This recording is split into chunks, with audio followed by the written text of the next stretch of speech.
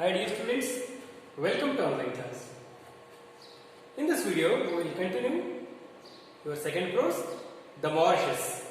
Mauritius ಏನು prose ಇದೆಯಲ್ಲ, the traveler, ಕಥಾ ಪ್ರವಾಸ ಕಥನ ಅದರ ಬಗ್ಗೆ ನಾವು ಡಿಸ್ಕಸ್ ಮಾಡ್ತಿದ್ವಿ ಪಾರ್ಟ್ 6 ವಿಡಿಯೋದಲ್ಲಿ. ಓಕೆ, ಇದು ಪಾರ್ಟ್ 7 ವಿಡಿಯೋ ಇರ್ತದೆ. ಕಳೆದ ಕ್ಲಾಸ್ ಅಲ್ಲಿ ನಾವು ಯಾವ್ದ್ರ ಬಗ್ಗೆ ಡಿಸ್ಕಸ್ ಮಾಡಿದ್ವಿ? 8th and 9th ಪ್ಯಾರಾ ಬಗ್ಗೆ ಮಾಡಿದ್ವಿ. 8th ಪ್ಯಾರಾದಲ್ಲಿ ಏನಿದೆ ಅಂದ್ರೆ ಅಲ್ಲಿ ಗ್ರೇನಿ ಸೇಲರ್ಸ್ ಎಲ್ಲ ಬರ್ತಿದ್ರು. ಅಂದ್ರೆ ಅಲ್ಲಿ ಹೇಗಿರ್ತಂದ್ರೆ ಸಮುದ್ರ ದಂಡೆಯಲ್ಲಿ ಬಂದರುಗಳಿದ್ವು. ದ ಡಾಗ್ ಹ್ಯಾಂಡೆಡ್ ಸೇಲರ್ಸ್, ದೊಡ್ಡ ದೊಡ್ಡ ಹಡಗುಗಳು ಅಲ್ಲಿ ನಟ್ಟಿದ್ದು ಬಂದರಿನಲ್ಲಿ ಒಂದಿಷ್ಟು ಅತ್ಯಂತ ಬೇಸಿ ಆದಂತಹ ಒಂದು ವಾತಾವರಣ ಕಂಡು ಬರ್ತಿತ್ತು. ಆಮೇಲೆ 9th ಪ್ಯಾರಾದಲ್ಲಿ there is no railway in Mauritius. They declare, what they declare? There is no railways. ಅಲ್ಲಿ ವೆಲ್ ಮೇಂಟೈನ್ಡ್ ಟ್ರಕ್ಸ್ ಇದ್ದು, ಆಮೇಲೆ the arterial roads connect the various villages and towns cutting through the ubiquitous sugarcane fields. ಅಲ್ಲಿ sugar cane ಅನ್ನೋದು ಅತ್ಯಂತ ಮುಖ್ಯವಾದ ವಾಣಿಜ್ಯ ಬೆಳೆಯಾಗಿರುತ್ತೆ. ಅಲ್ಲಿಗೆ ರಸ್ತೆಗಳೇನಾಗಿದ್ವು ಅಂದ್ರೆ ಸಂಪರ್ಕಗೊಂಡಿತ್ತು. ಅಲ್ಲಿಂದ ಶುಗರ್ ಕೇನ್ ಫ್ಯಾಕ್ಟರಿಗೆ ಮತ್ತು ಶುಗರ್ ಕೇನ್ ಫೀಲ್ಡ್ಸ್ಗೆ, ಟೌನ್ಸ್ಗೆ, ವಿಲೇಜ್ಗೆ ರಸ್ತೆಗಳೇನಾಗಿದ್ದು ಅವು ಕನೆಕ್ಟ್ ಆಗಿದ್ದು. ಈ ಕಂಟ್ರಿ ಎಷ್ಟು ಉದ್ದ ಮತ್ತು ಅಗಲಿದೆ? 60 km by 50 km in size. It's a small country. It's a small island. ಇದೊಂದು ಹೀಗೆ ಕಣ್ಣಿಂದ ನೋಡಬಹುದು. ಆ ದೇಶವನ್ನ, ಮಾರಿಷಸ್ ದೇಶವನ್ನು ಜಸ್ಟ್ ಹೀಗೆ ಕಣ್ಣನ್ನು ತೆರೆಸ್ಕೊಂಡ್ಬಿಟ್ರೆ ಇಡೀ ದೇಶದ ಎಡ್ಜ್ ಕಾಣ್ತದೆ ಅಂತ ಹೇಳ್ತಿದ್ದಾರೆ. Okay, but the excellent weather and breathing landscapes all around. ಅಲ್ಲಿ ಎಷ್ಟು ಅದ್ಭುತವಾದ ಲ್ಯಾಂಡ್ಸ್ಕೇಪ್ಸ್ ಇತ್ತು. ಪ್ರವಾಸಿಗರಿಗೆ ಹೇಳಿ ಮಾಡಿಸತಕ್ಕಂಥ ಒಂದು ಪ್ಲೇಸ್ ಆಗಿದೆ ಅಂತ ಇಲ್ಲಿ ಯಾರೋ ಮಾರಿಷಸ್ ಏನು ಬರೆದಲ್ಲ ಆಕೆ ಲಕ್ಷ್ಮಣ್ ಅವರು ಇಲ್ಲಿ ಅದನ್ನ ನೆನೆಸ್ಕೊಳ್ತಾ ಇದ್ದಾರೆ. ಆಮೇಲೆ ಎವ್ರಿ ಡೇ ಅವ್ರು ಏನ್ ಮಾಡ್ತಾರೆ, ಅಲ್ಲಿ ಜನರು common for people to drive up and down and average 70 km to cocktail party or dinner with friends ಜೊತೆಗೆ ಡಿನ್ನರ್ ಮಾಡಲಿಕ್ಕೆ ಅಥವಾ ಕಾಕ್ಟೇಲ್ ಪಾರ್ಟಿ ಮಾಡಲಿಕ್ಕೆ, ಮದ್ಯವನ್ನು ಸೇವಿಸಲಿಕ್ಕೆ, ವೈನ್ ಸೇವಿಸಲಿಕ್ಕೆ, ಪಾರ್ಟಿಗಳನ್ನು ಅಟೆಂಡ್ ಮಾಡಲಿಕ್ಕೆ ಜನರು ಮಾಡ್ತಾರೆ. ರೋಡ್ಗಳಲ್ಲಿ 70 km per ಸ್ಪೀಡ್ ಹೋಗ್ತಿದ್ರು. ಅಂದರೆ ಅಲ್ಲಿ ಒಂದು ರಸ್ತೆಗಳು ವೆಲ್ ಚೆನ್ನಾಗಿದ್ದು, ರಸ್ತೆಗಳು ಟ್ರಾಫಿಕ್ ಇರೋದಿಲ್ಲ ಅಂತ ಹೇಳಲಿಕ್ಕೆ ಇವರಲ್ಲಿ ಎವರೇಜ್ 70 km ಅಂತ ಹೇಳ್ತಿದ್ದಾರೆ. ಓಕೆ,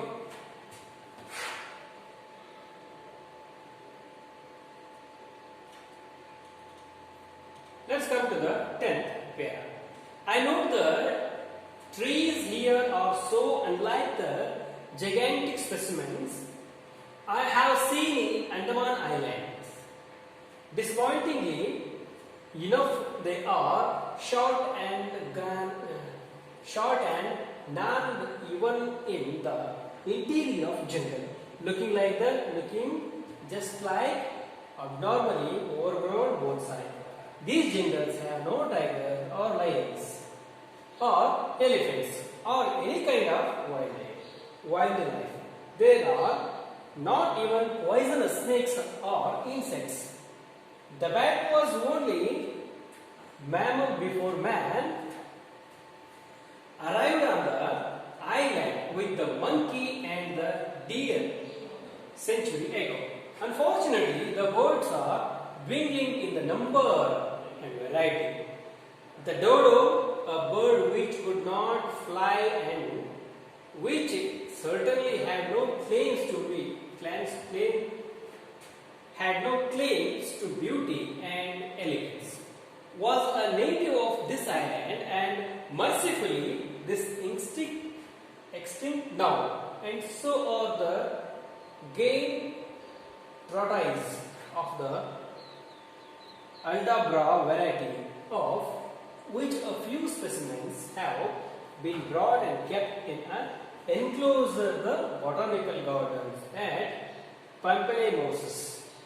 ಇಲ್ಲಿ ಒಂದಿಷ್ಟು ಇನ್ಫಾರ್ಮೇಶನ್ ಕೊಡ್ತಾರೆ. ಏನಪ್ಪಾ, what is the meaning of 10th para?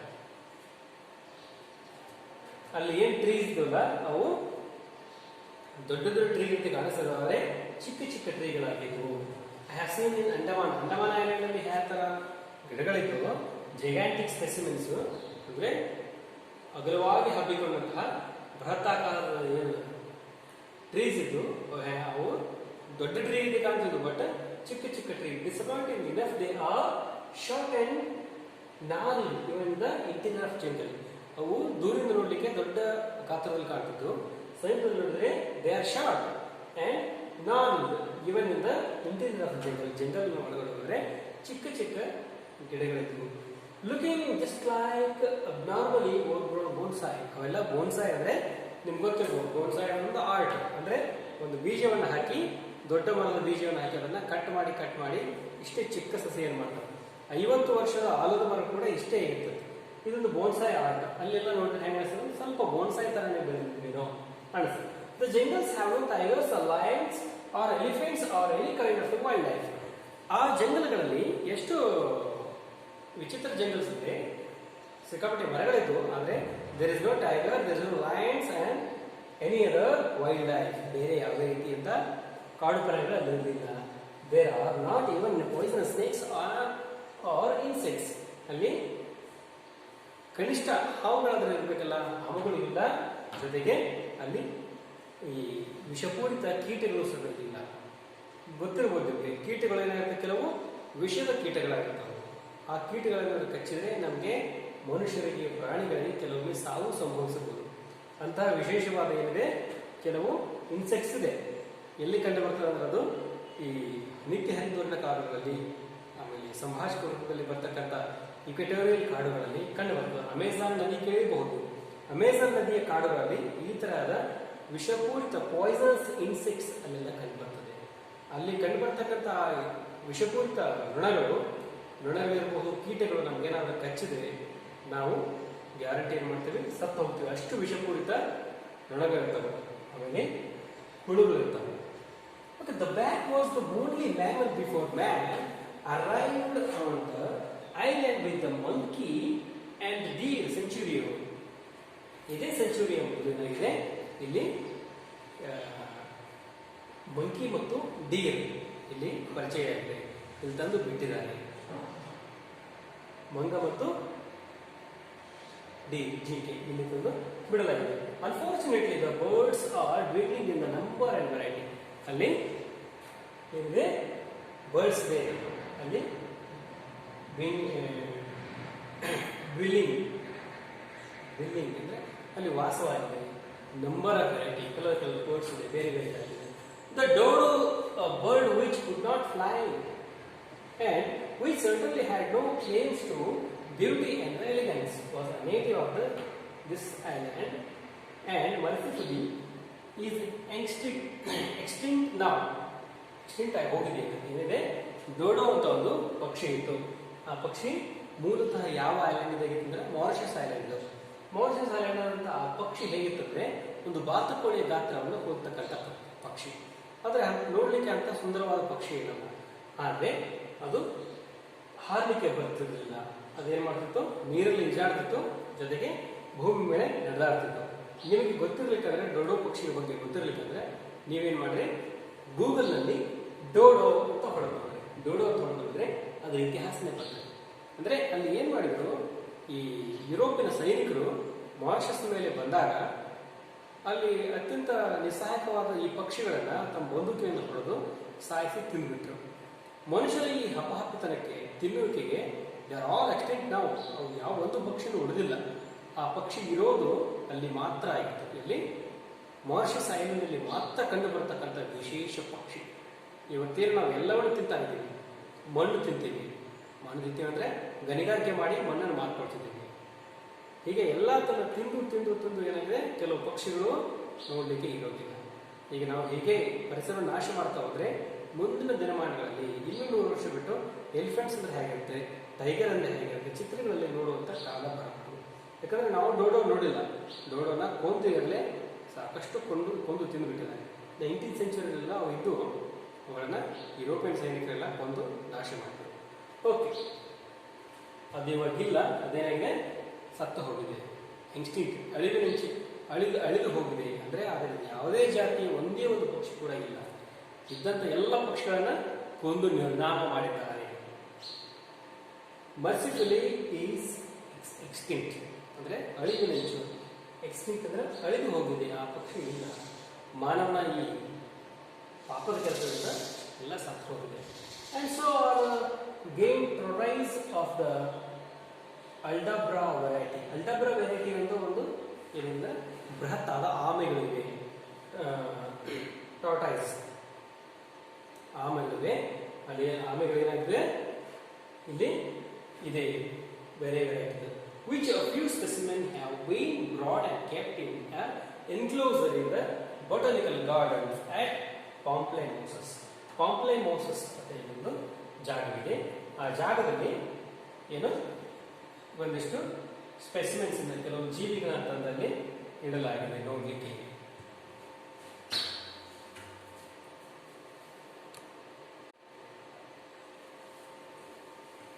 ಆ ಗಾರ್ಡನ್ ಅಲ್ಲಿ ನೋಡ್ಲಿಕ್ಕೆ ಕೆಲವು ಜೀವಿಗಳನ್ನ ತಂದು ಇಡಲಾಗಿದೆ. ಇಲ್ಲಿ ಮುಖ್ಯವಾಗಿ ಗೇಮ್ ಟಾರ್ಟಾಯ್ಸ್ ಅಂದ್ರೆ ದೊಡ್ಡದಂತಹ ಬೃಹತ್ ಗಾತ್ರದ ಆಮೆಗಳು, 100-150 ವರ್ಷ 200 ವರ್ಷ ಬದುಕತಕ್ಕಂಥ ಕೆಲವು ಆಮೆಗಳು ಅಲ್ಲಿ ಇವೆ, ಅವುಗಳನ್ನ ಕಾಪಾಡಲಾಗಿದೆ.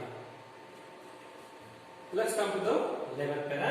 The people of Mauritius shudder to think of the night the king cyclone struck them on February 6, 1975. A 320 kilometers broad howling wind moved in a some 250 kilometers per hour. The eye of the cyclone alone and told was 48 kilometers wide, and it churned the country for 2 days, relentlessly flattening everything that stood, smashing windows and doors, tearing up the rock tubes, uprooting trees and bringing them down on village. Let's come to the meaning of 11th para. The people of Mauritius shudder to think. Shudder ಅಂದ್ರೆ ಹೆದರ್ತಾರೆ, ಹೆದರಿ ಭಯ ಬೀಳ್ತಾರೆ. ಏನಕ್ಕೆ? ಒಂದು ವಿಚಾರ ಮಾಡಲಿಕ್ಕೆ ಭಯ ಬೀಳ್ತಾರೆ, ನೆನೆಸ್ಕೊಂಡ್ರೆ ಭಯ ಬೀಳ್ತಾರೆ. ಏನದು? Of the night the king of cyclone struck them. ಅಲ್ಲಿ ಅದೊಂದು ಸುತ್ತಲೂ ಸಮುದ್ರ ಇದ್ದಂತ ಒಂದು ಜಾಗ. ಅಲ್ಲಿ ಆಗ್ತದ some time happens the heavy cyclones. When it happens on February 6, 1975, in 320 km broad howling wind moved in a some 20 to 55 km per hour. ಅಂದ್ರೆ 320 ಕಿಲೋಮೀಟರ್ ದೊಡ್ಡದಾದಂಥ ಒಂದು ಏನು ಬಿರುಗಾಳಿ, ಅಷ್ಟು ಜೋರಾದ ಬಿರುಗಾಳಿ, ಹೌಲಿಂಗ್ ಅದು ಶಬ್ದ ಮಾಡ್ತಾ ಬರ್ತದೆ ಬಿರುಗಾಳಿ. That which creates a sound. The cyclone creates a sound. The meaning of howling. Howling ಅಂದ್ರೆ ಆ ಸೈಕ್ಲೋನ್ ಕ್ರಿಯೇಟ್ ಮಾಡ್ತಕ್ಕಂಥ ಸೌಂಡ್, ಅದಕ್ಕೆ ಹೌಲಿಂಗ್ ಅಂತ ಒಂದು. Wind moved at some 250 km per hour. 255 kilometre ಸ್ಪೀಡಲ್ಲಿ ಒಂದು ತಾಸಿಗೆ 255 ಕಿಲೋಮೀಟರ್ ಸ್ಪೀಡ್ ಹೋಗುವಂಥ ಒಂದು ಸೈಕ್ಲೋನ್ ಗಾಳಿ ಅವರ ಮಾರಿಷಸ್ಗೆ ಬಂದಿತ್ತು. The I of the cyclone alone and told was 48 kilometre.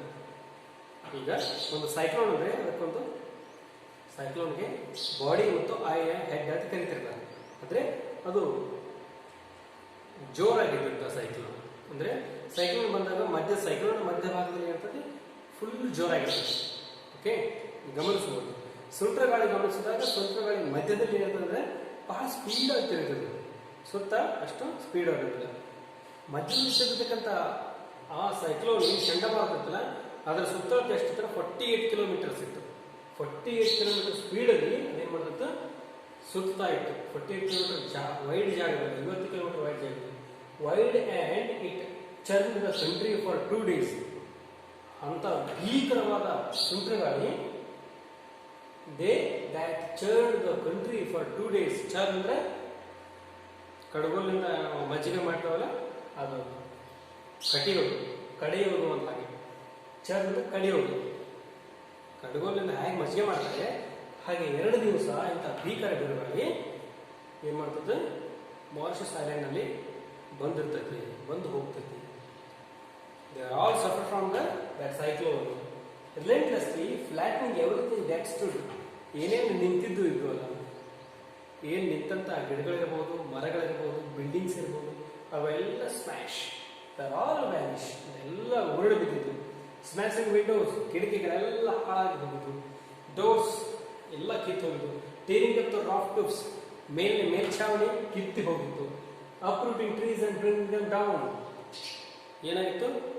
ದೊಡ್ಡ ದೊಡ್ಡ ಮರಗಳು ಬೇರು ಸಮೇತ ಕಿತ್ತು ಬಿದ್ದಿದ್ವು. Bringing them down on buildings. ಎಲ್ಲ ಬಂದು ದೊಡ್ಡ ದೊಡ್ಡ ಮರಗಳು ಗಾಳಿ ಹೊಡೆದಲ್ಲಿ ಸಿಕ್ಕು ಬಿಲ್ಡಿಂಗ್ಸ್ ಮೇಲೆಲ್ಲ ಬಂದು ಬಿದ್ದಿದ್ವು. ದೊಡ್ಡ ದೊಡ್ಡ ಬಿಲ್ಡಿಂಗ್ಗಳಲ್ಲಿ ದೊಡ್ಡ ದೊಡ್ಡ ಬೃಹತಾಕಾರದ ಮರಗಳನ್ನು ಗಾಳಿ ಅನಾಮತ್ತಾಗಿ ಎತ್ತಿದಲ್ಲಿ ಹಾಕಿತ್ತು. This much of a strong cyclone hit the Mauritius island and they were all suffered because of uprooting trees, smashing the windows, smashing the buildings. They suffered everything. They always afraid of that cyclone, the king. They called the king. Okay, let's come to the 12th.